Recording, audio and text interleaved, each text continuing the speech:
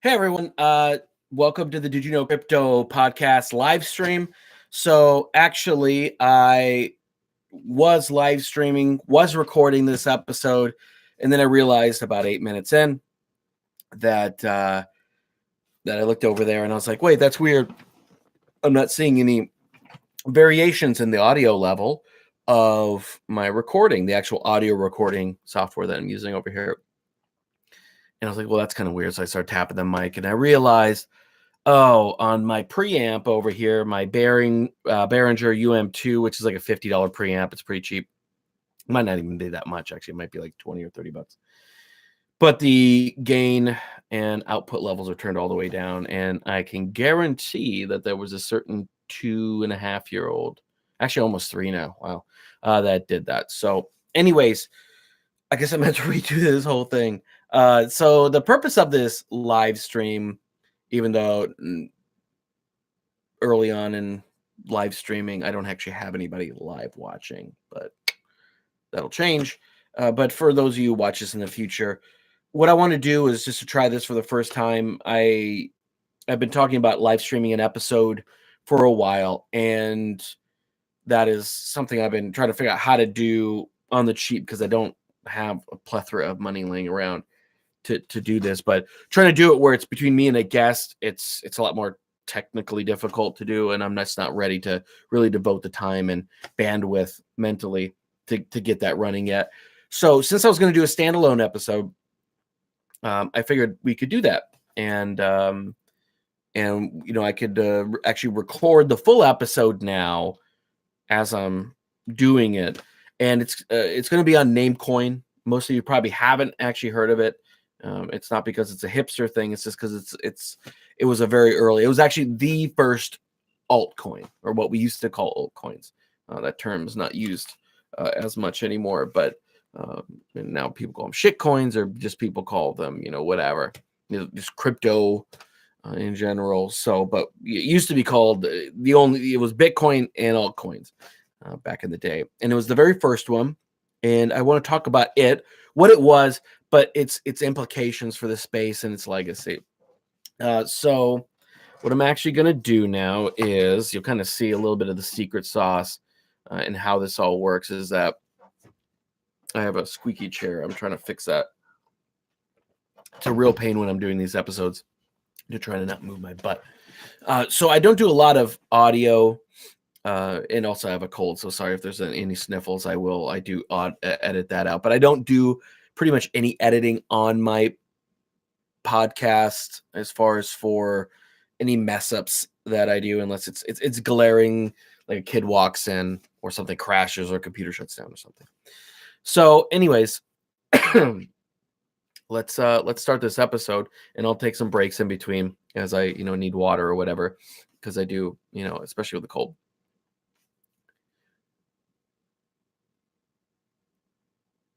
Welcome to the Did You Know Crypto podcast. Today, I am joined by nobody but myself, and I'm actually going to be doing the first standalone episode that it's been a while. It's probably, it's probably been 9 months or so since I did one. I've been meaning to do more of these, but I just haven't had time to do it, really, to kind of write out the outlines of what I want to talk about and do the research on them. But Namecoin was one, or I was originally starting it off as just kind of do a history of the altcoin, like the early history, and then the first one, Namecoin being it.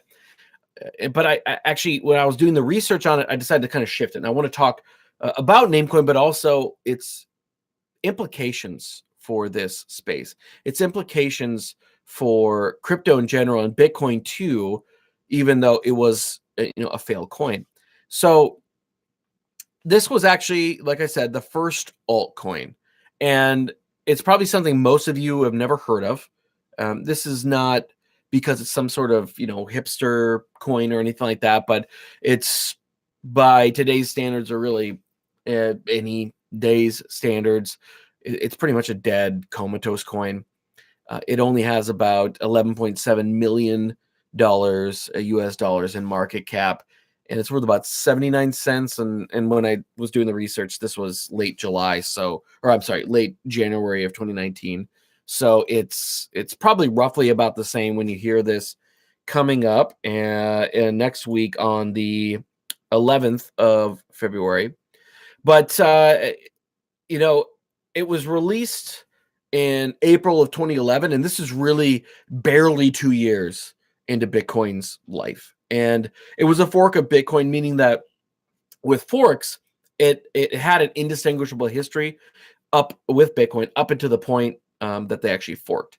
But after the split, it has its own unique, ledger of transactions, right? So after that fork, there's transactions on Bitcoin and transactions on that fork, and they don't match up. Prior to that, they had the same one. This is the same for Bitcoin Cash and Bitcoin that happened in August of 2017. Prior to that, they had the same exact transactions. After that, they have different transactions. Like Bitcoin, it also uses SHA-256 and proof of work and produces blocks every 10 minutes. But its purpose diverts completely from Bitcoin and basically the concept of a currency. Sorry about that. Namecoin, its aim was not to be a currency. Its aim was to create a decentralized alternative to the domain name system, or DNS, as we call it, which is basically kind of like the phone book of the internet.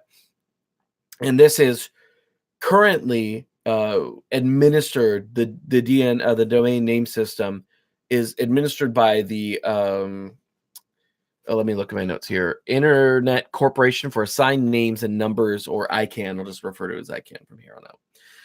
Which is a centralized service, right? If you've ever bought a domain or created a website, if you haven't, I should say, this is kind of seem alien terminology. I didn't know the full name. I just always knew it as ICANN from buying and selling websites and doing DNS registers and stuff like that. But basically how this works is like you want to buy a website, or how the DNS web system works is that every system, computer site, everything like that on the internet, it has a unique identifier that allows it to connect or be connected to the IP address.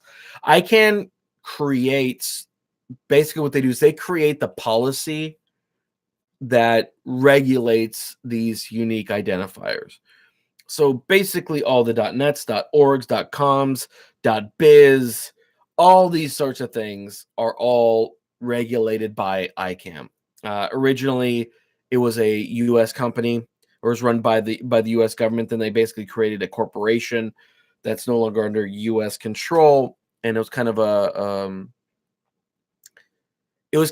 a touchy subject for a while because people felt like the U.S. should keep control of it, but that's more of a political thing. We don't really need to go into that.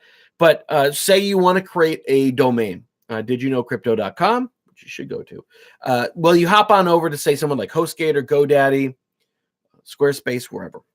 And I used HostGator, and this is a hosting service that I use.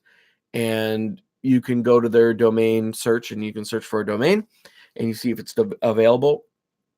And if it is, you can purchase it through that domain register service, like HostGator or GoDaddy. And basically, you're buying the rights to own that specific name. It's kind of like, it's not quite renting property because you technically own that as long as your registration. It's kind of like running a business per se. Like, you own that business as long as you keep the paperwork up to date and everything. Then you're good to go. Then you can keep on using it and everything like that. But that does not mean, though, that, as we've seen with some of the censorship stuff going on, that just because you own it doesn't mean that you're automatically, your website's going to stay up. If a hosting domain service wants to dump you, then that can cause problems. But anyways, that's kind of the reason for Namecoin, right? And once you buy that property per se, or the rights to that property for a specific time, it's registered with ICANN, and you're all good to go. So the domain name service, DNS, is what allows for something like did you know crypto.com or google.com or Facebook, whatever. it's something that's easily understood by you or I because it's in our native language, right? And there's different ones with different languages, of course, too. But it's something easily understood by you and I, but it allows it to be translated into the computer-friendly IP address. So the long string of numbers that separated by dots is actually the address to your website, but the DNS service allows it to be translated into, it allows it to be easily read by both computers and us. So it's not a one or the other. What Namecoin was basically trying to do was circumvent ICANN by creating its own .bit BIT DNS service. So in theory, the idea is let's say a totalitarian dictator gain control of ICANN, or they get, let's say they gain control of their country and they were able to put immense pressure or pay off people in ICANN, and they could censor people in that countries or people around the world's ability to reach sites that were run and owned by dissidents or opponents of theirs. So let's say you typed in freedomfromthedictator.com, right? And ICANN had censored it. No one could view it. So what Namecoin was trying to do was basically stop that from ever happening. So if you actually had that same address, say freedomfromthedictator.bit, BIT, no one could stop you from connecting to it. I mean, this is in theory. So today, or I shouldn't say it's in theory. I mean, there's a little bit more nuance to that, but basically, in theory, that's what they were trying to accomplish. Freedom from censorship is something that is becoming extremely important today, and will continue. It's going to be a continuing theme in the culture as this pendulum swings both sides. And now both sides really recognize that censorship is a more viable tactic, or I should say, it's a little bit more nuanced than that. I don't want to get deep into a political diatribe, but we kind of saw a more conservative viewpoint being the ones that were leading the charge on censorship decades ago. In the 90s, though, we kind of had this 90s into late 90s, 2000s. There was this real, as the kind of religious right's ability to influence politics waned, as society got a lot more quote unquote progressive on social topics for the most part. There was this kind of like a period there where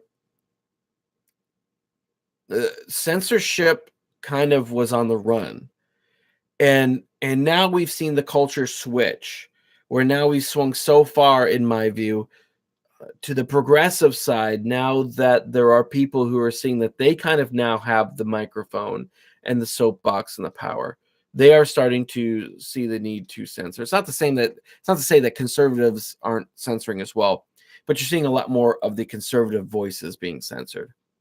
You're seeing liberal or progressive voices too, but you're kind of basically seeing anybody on the really far left and anyone on the center right to far right being censored. And you can argue whether or not they should be, but personally, to me, I don't think that censorship is ever good. I think it only drives people underground and makes things a lot more dangerous than they ever would be if people with bad ideas were allowed to speak their bad ideas in public, be publicly challenged, versus being able to adopt a martyr mentality and attract people who have also been disenfranchised with society and identify with them as being fellow martyrs.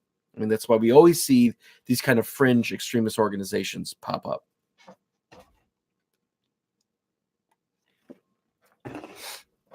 Sorry, like I said, I have a cold, so my throat's getting really dry here. So as I was saying, both sides are recognizing that censorship is a viable tactic, right? So you can't censor people technically by trying to like pass a law in the United States, at least. But you can use social pressure on social media platforms, which is basically where people's existence lies nowadays. And if you can deplatform somebody, get them off Facebook, Twitter, Instagram, YouTube, they really don't exist to society, right? And I understand there's a lot of people who go like, well, I live off grid and all that. And I identify with that as being a very quality way of living, but this doesn't affect them. We're talking about the 85% of society that this does affect. So the initial aims of Namecoin were great, but their ability to deliver and understand the requirements for adoption was basically how Namecoin died. Initially, it received a lot of excitement. It was the first altcoin. We all remember the ICOs of 2017, how excited everybody was for all these new projects, and it's going to do this and they're going to do that. And so you can imagine that there was a lot of excitement in some sector, a lot of sectors of the Bitcoin aficionado, crypto aficionados. Actually, it was just Bitcoin at the time, going like, oh, okay, well, yeah, okay, we've now decentralized money. Why don't we decentralize this? So many people thought this would be the next wave of the web, following Bitcoin's, footsteps of decentralized money.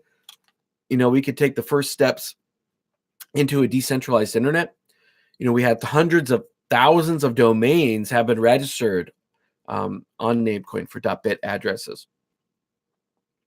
But now, what's it, like 4 some odd years later, barely a handful have ever actually been developed. I think it's like 30 to 40 or something like that.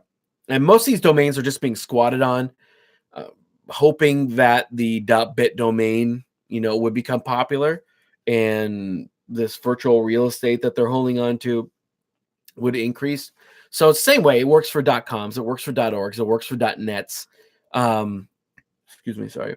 It works for all these regular ones that run through ICANN. Is that I've done it before. I've found a domain and gone like, oh, I think this is actually going to be something that people are going to want. I sit on it for a couple of years, and sometimes people come by and they go, it's something I paid 20 some odd bucks in registration fees for a couple of years.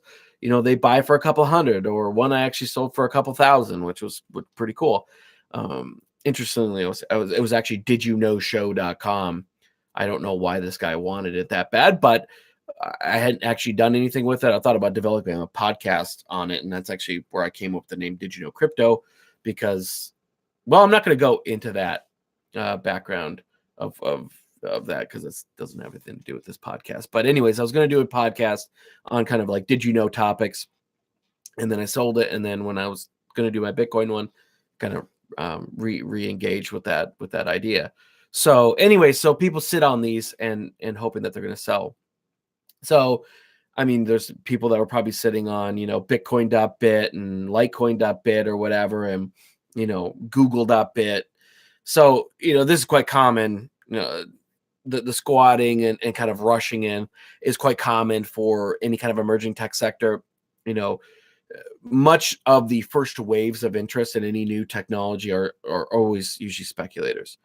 You have the actual diehards who believe in it, and then once those people kind of elevate this, and I talked about this with Emily Coleman on my last episode 23, where we talked about the stories that bind us and about the different waves, right? What's going to be the next wave of adoption is that the first wave, and definitely with Bitcoin, it was developers, it was people, and then in the next wave was kind of political, non-developer folks. And so with these emerging tech sectors, usually have some diehards. Usually, in a lot of ways, with Bitcoin, because it was decentralized, it was kind of community that built up around it. And sometimes you have that with startups as well. But startups are usually the people who are dedicated to this idea. And then once they build up enough of the tech to gain interest, then the speculators come in. And whether that's VCs, whether that's whoever's willing to give them a few bucks, whether that's people that have access to the technology, if it's available to start building themselves on this. These first waves are usually people who are speculators, who are going like, I'm willing to invest my time and or money because I think there's going to be a payoff. Now, a lot of times that payoff is money. Sometimes that payoff, I think, and this more aptly fits Bitcoin, that payoff is a political end that we're trying to achieve. And these speculators, if this is your, when it's your first time speculating, you usually in for a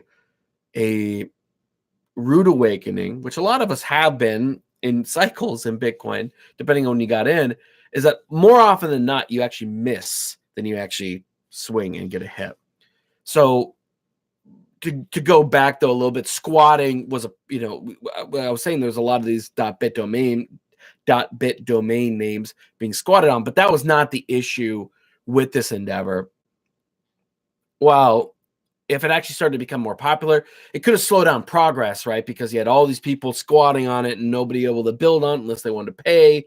But those who came first do deserve the profit because they took the risk. Being a first mover. I mean, everyone talks about first mover advantage.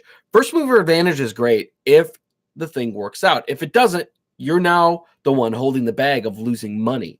So, and right here with Namecoin and the .bit domains, we can kind of see the pitfalls of being that first mover, of being that speculator, of being that person that takes that risk. Is that you take that risk, and if you lose, now you're the one holding a .bit domain that you probably bought, that you paid for in Namecoin coin, that you probably bought by trading Bitcoin for Namecoin, which you probably, even though that Namecoin thing probably cost you maybe 20, 30 bucks over the years, in Namecoin, you probably lost out on thousands of dollars, if not more, in Bitcoin that value was.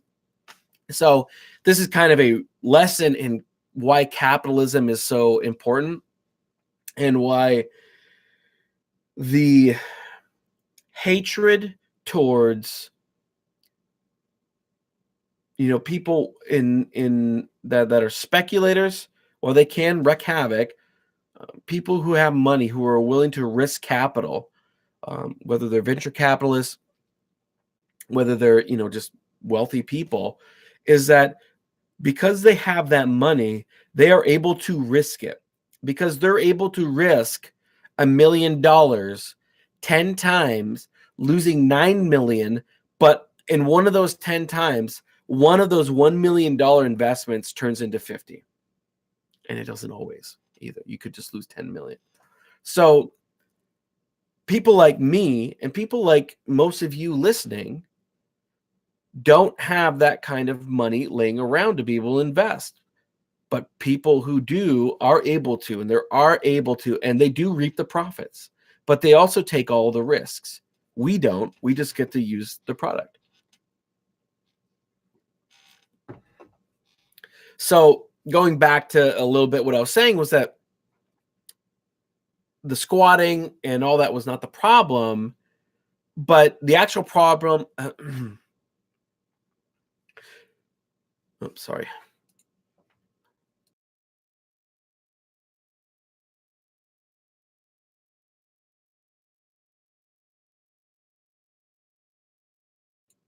Apologies there. I had to blow my nose a little bit. The actual problem, and this is a very common one in the Bitcoin crypto world, is what I would call, and I know some people will absolutely hate this, it's developer centrism. And I shouldn't have to say this, but some people are just listening the first time. Some people don't know me. Some people are not going to go back and listen to all my other episodes. So I am not anti-developer. I don't know how to speak the language that they speak. That is the language of the internet, and that is the language of Bitcoin. And I really am, and I'm not just saying this just to try to go, well, I'm going to use a bunch of like positive language and then shit on them. That's apologies. Sorry. I don't have to bleep that part out. I'm not going to use a bunch of flowery language and then hate on them. So I'm not doing this to like preface it. What I'm actually trying to say is that I am in awe of what they can do. I'm actually trying to learn to code myself, and it's really hard. So I really respect someone who has the kind of abilities that these guys do. But, and I just broke my own rule that there's kind of a saying that you can ignore what anybody says before they say but. So like saying like, I'm not against American food, but usually you can just disregard everything they said before. But what I'm really trying to say is there's a reason that so many developer rich and marketing poor companies fail, and also why I guess marketing rich companies fail. And to take the opposite side, which we can see if you look at a marketing rich company, that would be like the Fire Festival, which I'm pretty sure everybody's heard of it. You haven't, just Google FYRE, nothing else. FYRE, it'll take you to everything you want to know. Because this was an idea that was created by somebody who was great at marketing. I mean, he was definitely a scammer, totally, and a thief, and should be in jail. But he had no eye to actually development. And in this case, for Fire Festival, it's a music festival. It's actual physical development and deployment of an actual festival and the physical stuff that's necessary for that. And it became the most infamous failure scam in music festival history. And this is what happens when you have too many marketers and not enough actual operators or developers. And with Namecoin and a lot of the other crypto products out there, they are way too developer heavy because this space, Bitcoin, it was born out of the cypherpunk and coder world. And these people, for the most part, think alike, and being the early movers are the ones, mostly the ones in charge of the projects and companies in the space, because they either, they have the know-how, they have the experience, they also have the capital in the space because they were in earlier and their Bitcoin's worth a lot more now, so they're able to deploy that. But the problem with this is that this is a generalized statement, but from what from my experience is that developers by their nature, and once again, generally speaking, they're not very savvy in terms of understanding consumer demands. Now, they may understand consumer demands maybe within the niche of the space as it is right now, which when we're talking about even just tech savvy American culture, Bitcoin takes up this space. So if you're going, well, this is what consumers need here, and thinking that's going to apply to here, I might be wrong. But I think the proof is kind of in the pudding right now, where that is not true.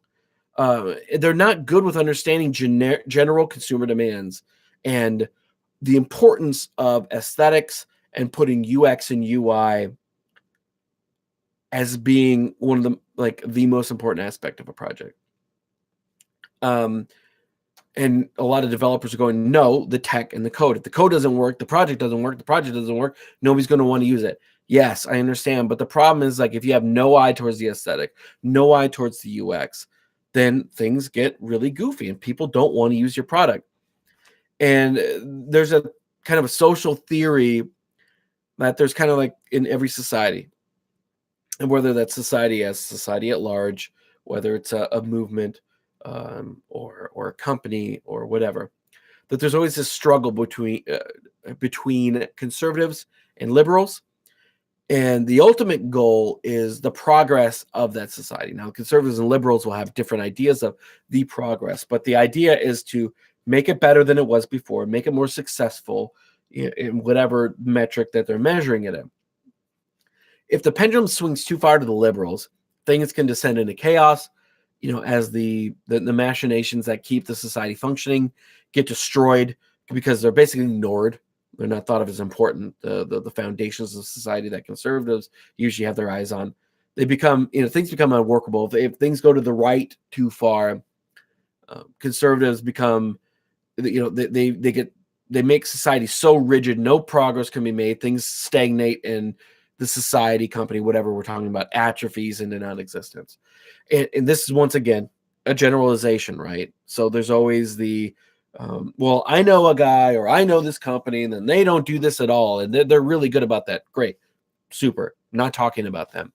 But I usually kind of see the developers as the conservatives, and they're focused on the underpinnings of that society, of this movement. They're obsessing whether over every tiny detail is functioning correctly, while the liberal side, I would kind of call that more the marketing side. They understand that to progress, they need to gain more converts to their cause. enlarge the society, enlarge the movement. And they need to, I don't want to say make it more palatable, because that almost seems like you're diluting the message, making it impure, right? And you don't want to do that either, to a point. But what liberals understand is that if you want to progress, you have to make things more easily understood. You have to speak their language. However, if they're, like I said, they're given too much control, they focus on,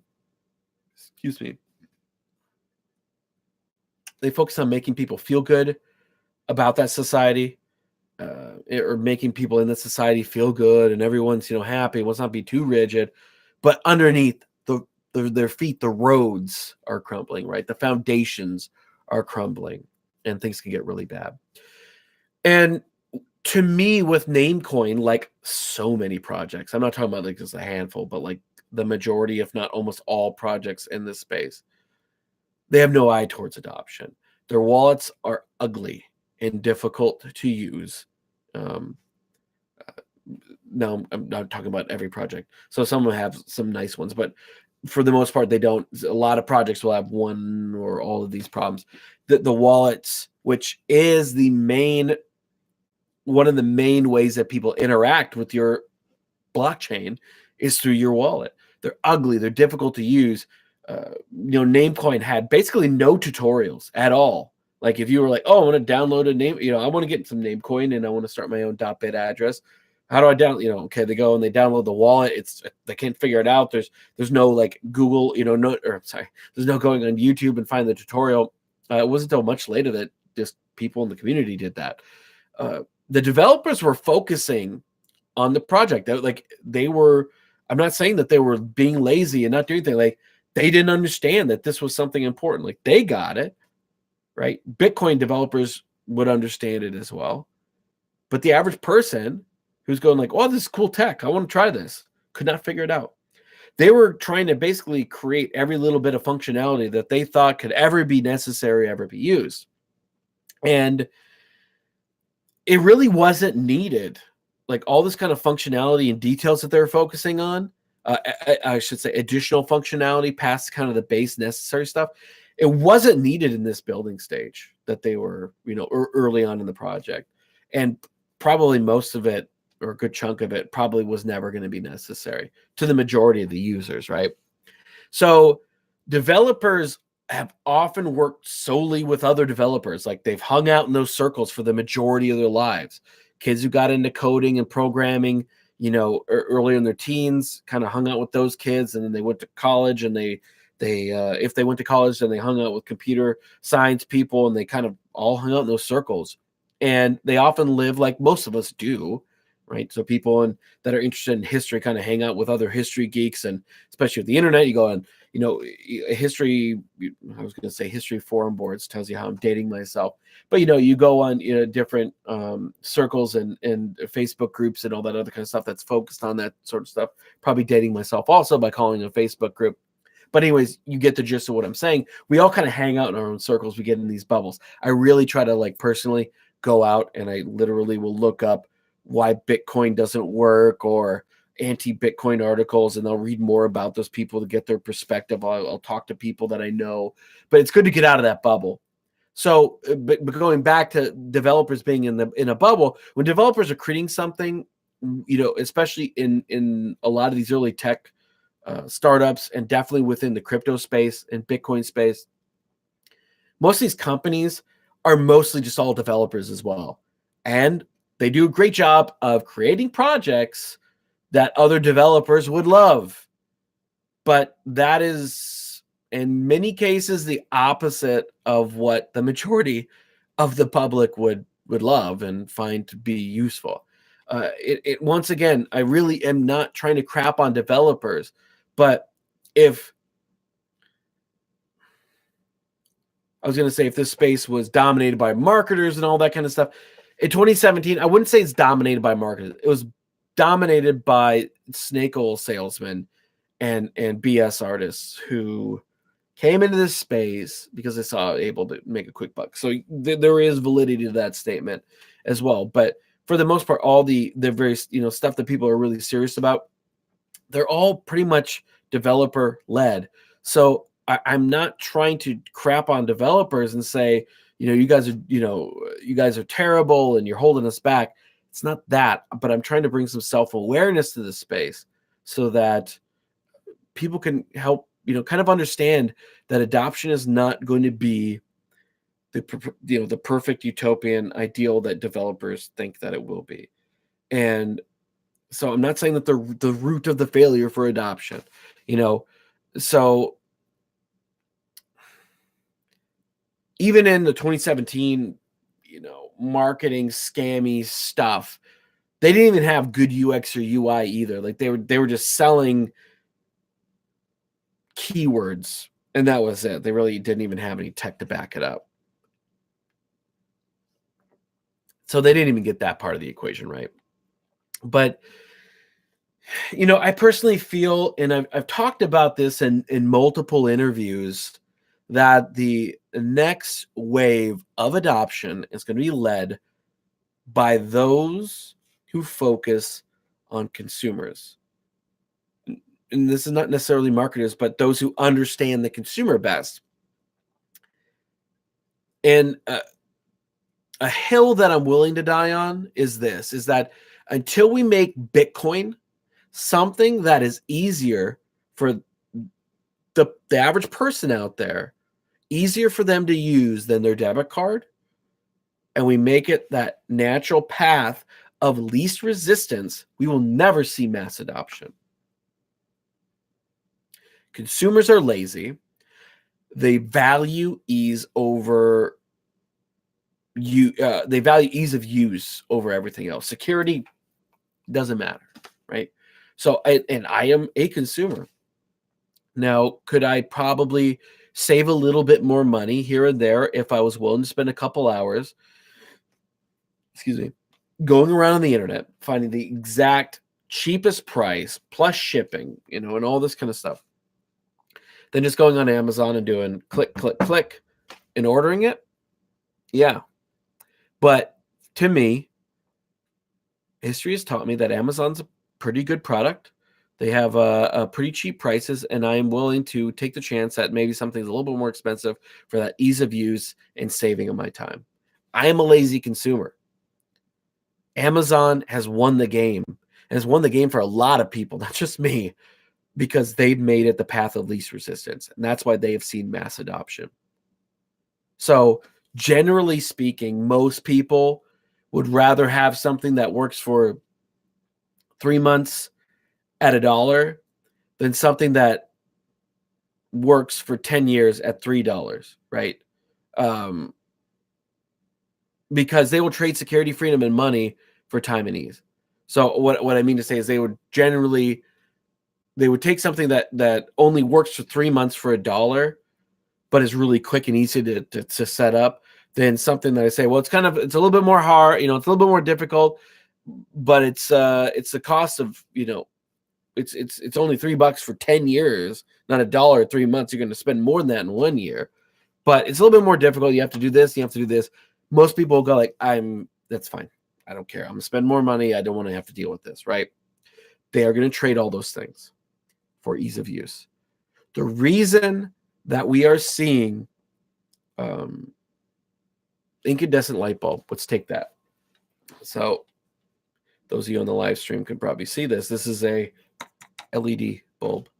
So this LED bulb is shining on me right now. Prior to that, it was actually would have been an incandescent bulb probably about 10 years ago.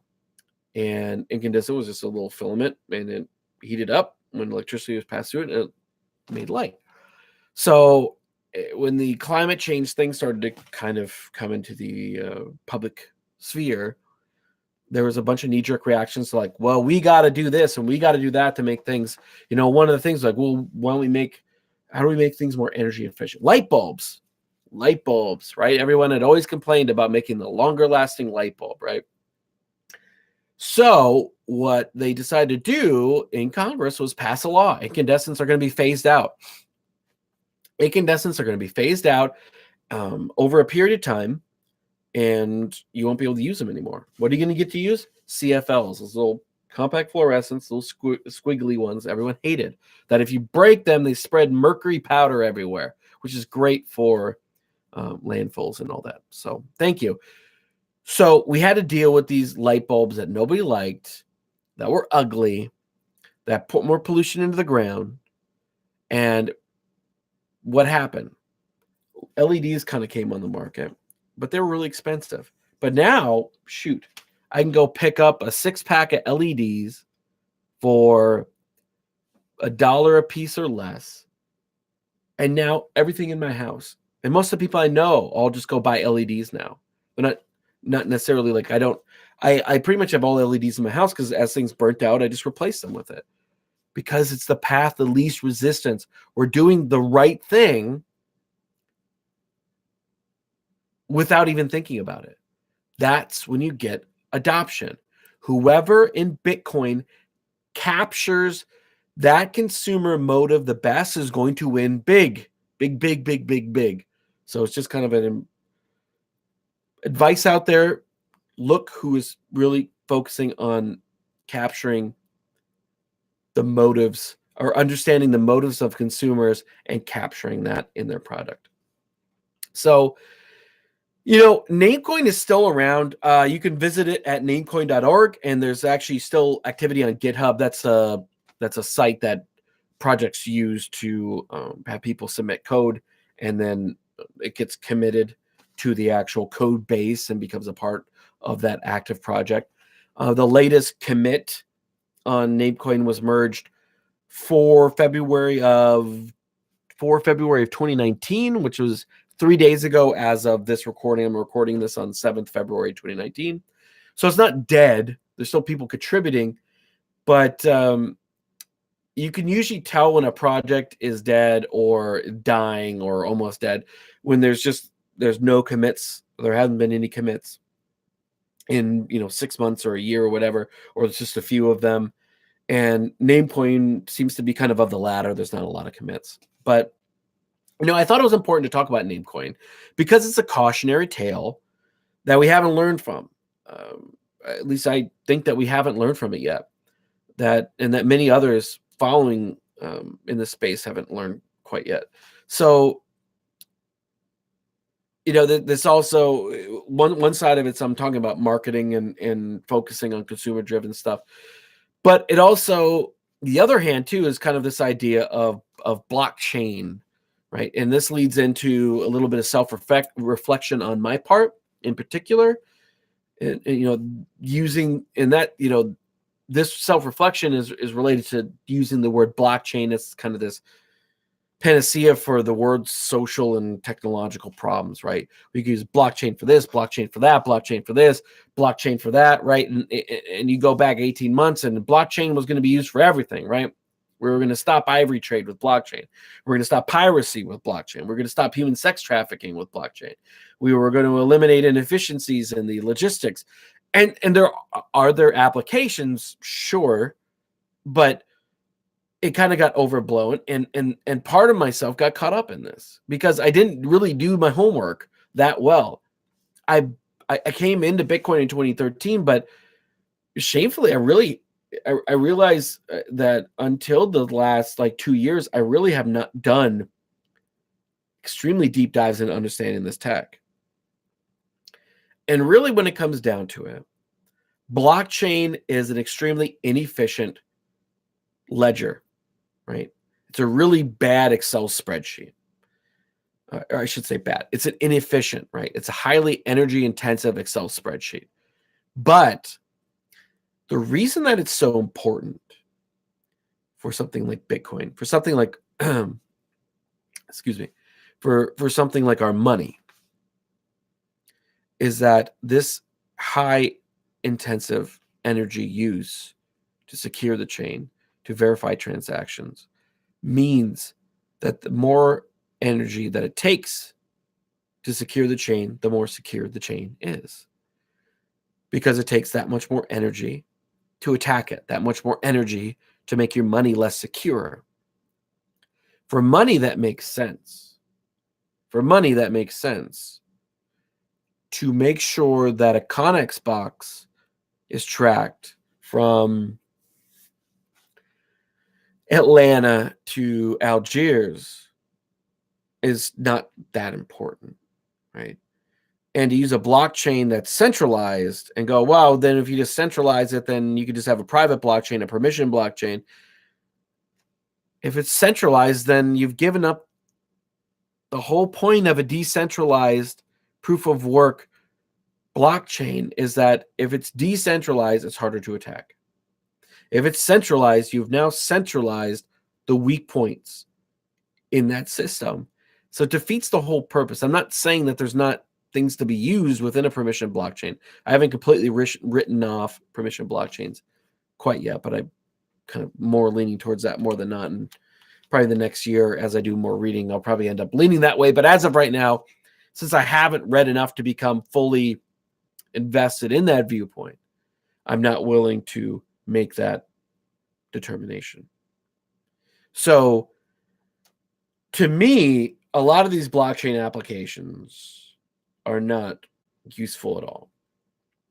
That for right now, and I don't think necessarily that a decentralized DNS service couldn't be useful to stop censorship. Maybe we could determine that it's worthwhile in society. Maybe not. But I don't think that it approaches the value that we find with money. Money is the ultimate freedom of speech. The ability for you to transact with whoever you want, whenever you want, without being told you can't, or I should say you can be told that you can, but without being disallowed to. That as long as both people control their own private keys, nobody can stop you. Unless they physically like lock you up, right? Or kill you, right? But you can do that with any system, right? That if you kill somebody, it kind of stops any system other than an idea. So this kind of idea of blockchain being the fix for all our problems, I think is way overblown. And I think that we are seeing that peak of it's going to solve everything. And now a lot of that stuff has died off. And I think that money is the killer app for blockchain. I'm not saying that there's no other projects out there that can't find a use for it, but right now I haven't seen anything that's as important as money. So I hope that you guys enjoyed this episode. I hope that you enjoyed listening to a few of my thoughts on the subject. If you have any more questions or anything like that, head over to didyouknowcrypto.com. I'll have all the notes, all the websites that I mentioned, everything like that. If you would like to help out, go over to supportmypodcast.com. It has all the ways you can support. But the biggest way really is go over to iTunes, leave a 5-star review, leave a written review as well. That helps so much in getting this podcast out there. Please share, or like and subscribe to us on Facebook, Twitter, YouTube, Instagram. All of our social media stuff is at didyouknowcrypto.com. I really appreciate you guys, listening, supporting us. I guess it's just me for right now, but supporting me. I really, really, really do appreciate it. It really does help. And once again, thanks for listening and enjoy the show. All right, cool. And I just ended the audio portion of it. I'll be editing that this weekend to get out on Monday. So I appreciate you guys watching the live stream. You got to see a little bit how the sausage is made. I won't live stream me audio editing because you're going to be woefully disappointed in how boring that is. And then creating all the graphics for that, it's a whole to do. It's probably about 4 to 5 hours per episode of prep time and writing, all the social media stuff and graphics and audio editing and doing that and uploading this and making sure it goes out to all the different audio platforms because, like something like YouTube, I have to make the graphics for the video that I release with the audio. For Anchor, I actually with iTunes, Stitcher, it's pretty much once I upload it and I create the post on my website, it goes out iTunes picks all that stuff up pretty good. But like Anchor, SoundCloud, Spotify also picks up the feed good. But Anchor and SoundCloud, I have to actually like upload that and write all the stuff, the copy and all that good stuff, and do all the keywords and tags. So, anyways, it's I'm not trying to go like, oh, poor me, but yeah. So that's how that goes. I appreciate you guys' support and watching. So if you have any questions, feel free to comment below or contact me on social. So have a good one.